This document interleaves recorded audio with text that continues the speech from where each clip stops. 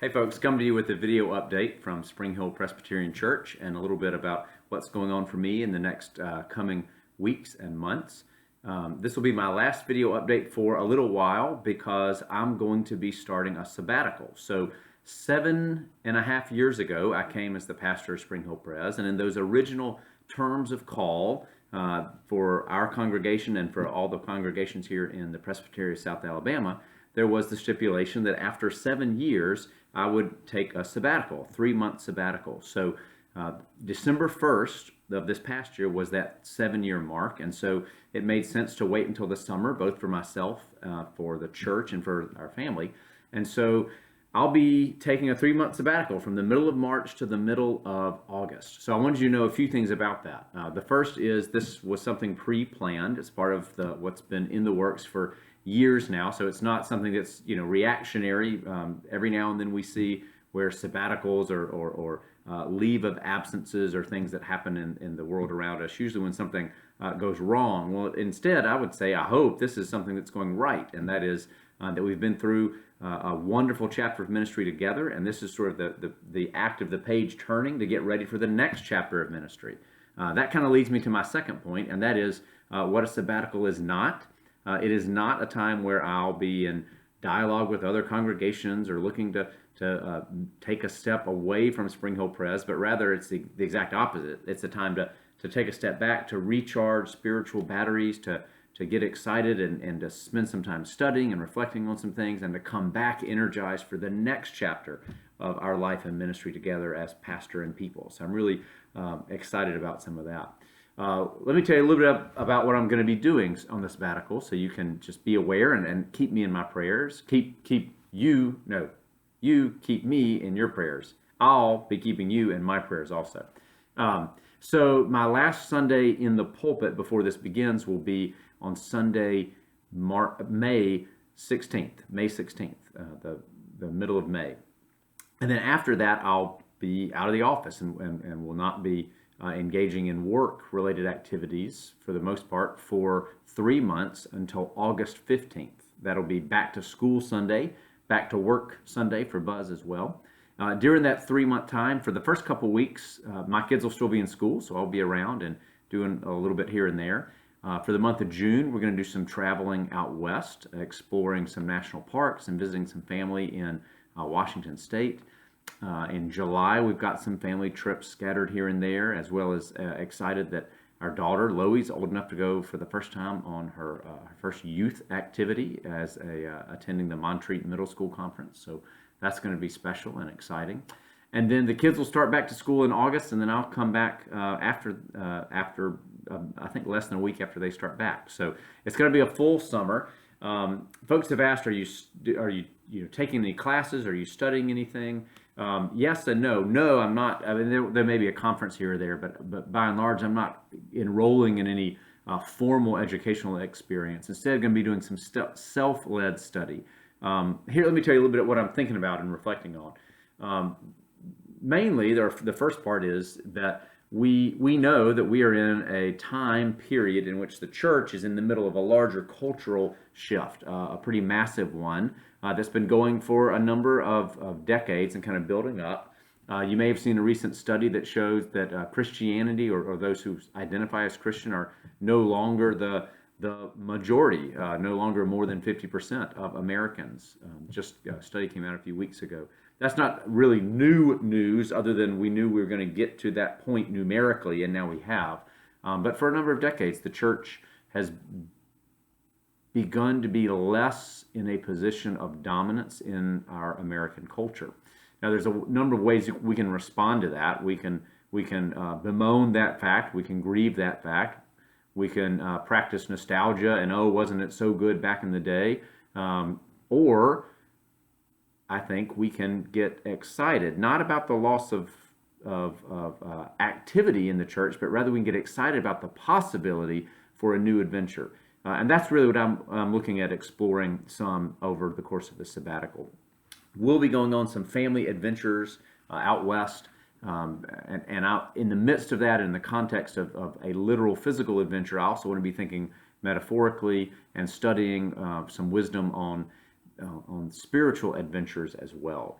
So how do we learn in particular from those who've gone before us at other key massive pivot times where the church was involved in something going on in the culture that was redefining everything? So I think about the early church in the Roman Empire, going within the span of not a very long period of time from a small persecuted minority to then the dominant religion, the official religion of the Roman Empire. What was that massive overhaul transition like? We maybe are just now getting to the other side of that, but what was it like then? And what do we learn about leadership, about teaching, about the activity and the mission of the church from that era that we can borrow and live into today? Another big pivot point in church history, I think about the beginnings, the time of the Celtic Christian tradition. So as Rome was falling and Western civilization in continental Europe was going through this massive overhaul, way out in the backwoods in the islands of Britain and Ireland, this new thing was coming into being, this Celtic Christian tradition, where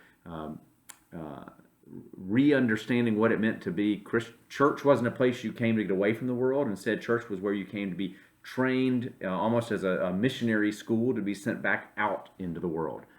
The Celtic Christians played a significant part in sort of not only helping to preserve some of what could have been lost from the old patterns before them, but also in launching some very new patterns as well. So what do we learn from those folks, from folks like Patrick and Columba and others, about how we might be church today in the midst of this pivotal transition? And then the third time period I'm interested in studying, reading, reflecting on is the era of the Protestant Reformation, right? So when the medieval church had been the dominant voice for so long, you start to have other voices emerging in the form of the Protestant reformers, which were built on trying to be authentic ways of reaching out to the culture, to the church in new patterns. Think of translating the scriptures for the first time into German and English and French and all these other languages that people actually spoke. How do we take the church, how do we take the good news of the gospel out into the world, not just wait for and assume that the world's coming into us? Folks have been asking these questions for a number of decades. This isn't something brand new. And of course, in a 3-month sabbatical, I'm not going to find all the answers, but I want to go through some internal, for me, time of reflecting on what do we learn from leaders in these times of where an adventurous spirit was called for in the past. What do we learn from them about how to be leaders today in the life of the church in this changing, rapidly changing cultural context? I also want to think a little bit about the songs that we sing, about the ways in which the words that we speak, but also the songs that we sing, help to shape us and what we believe, and maybe can help form us into adventurous people rooted in our strong tradition and reaching to where God's calling us today. So that's kind of in a nutshell some of the reading, writing, reflecting that I'll be doing. Want to spend some time having some intentional conversations with folks who have been part of my great cloud of witnesses, folks who have helped me discern my sense of call to ministry way back when it started and have been important along the way.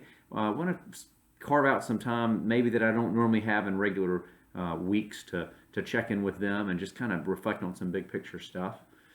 What else? I'm looking forward to exploring parts of the country I've never seen before. We've charted out our grand trek, and there'll be states.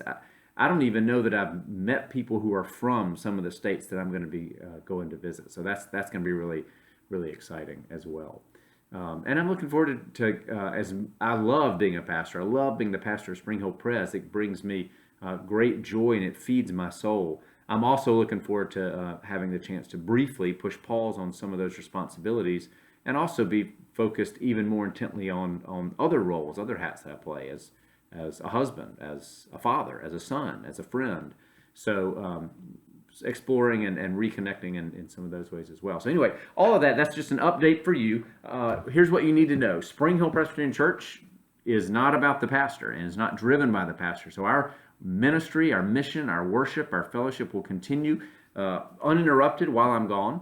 Our associate pastor, Dr. Anna Fulmer Duke, will be taking the lead in many ways. We also will be welcoming Reverend Eugenia Gamble, our who was one of our Festival of Faith speakers this past year. She's going to be coming as our summer sabbatical stated supply. We made up that title. Basically, it means she's going to be a guest preacher, I think 5 Sundays throughout the course of the summer.